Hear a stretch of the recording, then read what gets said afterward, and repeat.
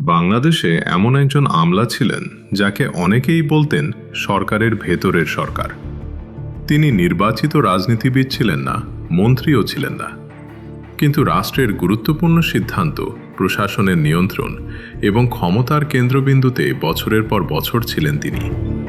আজকের ভিডিওতে জানব বাংলাদেশের ইতিহাসে সবচেয়ে ক্ষমতাধর আমলা হিসেবে কেন পরিচিত ছিলেন তিনি, কিভাবে গড়ে উঠেছিল তার প্রভাব এবং তার উত্থান ও পতনের গল্প। চলুন শুরু করা যাক। বাংলাদেশের প্রশাসনিক ইতিহাসে সবচেয়ে ক্ষমতাধর আমলাদের তালিকা তৈরি করলে যে নামটি প্রায় সব সময় আলোচনায় আসে তিনি হলেন ডাক্তার আকবর আলী খান।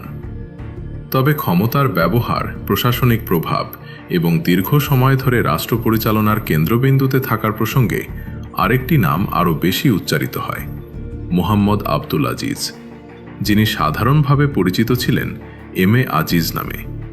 কিন্তু সমসাময়িক রাজনৈতিক বিশ্লেষক, সাংবাদিক এবং প্রশাসনিক পর্যবেক্ষকদের বড় একটি অংশ মনে করেন স্বাধীন বাংলাদেশের ইতিহাসে সবচেয়ে প্রভাবশালী আমলা ছিলেন ফজলে কবির, লুৎফর রহমান কিংবা আলাদা সময়ে দায়িত্ব পালনকারী কয়েকজন ক্যাবিনেট সচিব নন, বরং দীর্ঘ সময় ধরে প্রধানমন্ত্রীর কার্যালয়ের মুখ্য সচিব হিসেবে দায়িত্ব পালন করা ডাক্তার কামাল আব্দুল নাসের চৌধুরী এবং পরে বিভিন্ন সময়ে আলোচিত প্রশাসনিক ব্যক্তিত্বদের মধ্যে সবচেয়ে বেশি আলোচনায় ছিলেন ডাক্তার মোহাম্মদ আব্দুল করিম ও আলী ইমাম মজুমদারের মতো কর্মকর্তারা। তবে যদি একটি নামকে ঘিরে সবচেয়ে বেশি ক্ষমতাধর আমলা অভিধা ব্যবহার করা হয়ে থাকে তাহলে সেটি হল ডাক্তার আকবর আলী খান। যদিও তিনি রাজনৈতিক ক্ষমতার চেয়ে প্রশাসনিক দক্ষতা, নীতি নির্ধারণ এবং সুশাসনের জন্য বেশি পরিচিত ছিলেন। অন্যদিকে বাস্তব রাজনৈতিক ক্ষমতার বিচারে অনেক বিশ্লেষক সাবেক মুখ্য সচিব ডাক্তার কামাল আব্দুল নাসের চৌধুরীর নাম উল্লেখ করেন, কারণ তিনি একাধিক গুরুত্বপূর্ণ সরকারের সময় প্রধানমন্ত্রীর কার্যালয়ে অত্যন্ত গুরুত্বপূর্ণ দায়িত্ব পালন করেন এবং প্রশাসনের প্রায় প্রতিটি স্তরের সঙ্গে সরাসরি সমন্বয় করতেন। বাংলাদেশের প্রশাসনে মুখ্য সচিব বা ক্যাবিনেট সচিবের পদকে সবচেয়ে শক্তিশালী আমলাতান্ত্রিক অবস্থান হিসেবে ধরা হয়, কারণ মন্ত্রণালয়গুলোর সমন্বয়, গুরুত্বপূর্ণ নীতিগত সিদ্ধান্ত বাস্তবায়ন, প্রশাসনিক নিয়োগ, আন্তঃমন্ত্রণালয় যোগাযোগ এবং প্রধানমন্ত্রীর নির্দেশ বাস্তবায়নের কেন্দ্রবিন্দুতে থাকেন এই কর্মকর্তারা।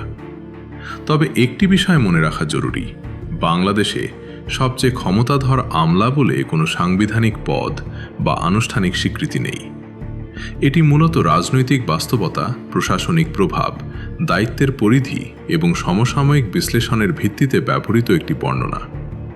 তাই ভিন্ন গবেষক বা পর্যবেক্ষক ভিন্ন ব্যক্তির নাম উল্লেখ করতে পারেন। ইতিহাস বলছে কোনো আমলার ক্ষমতা শুধু তার পদবীর কারণে তৈরি হয় না।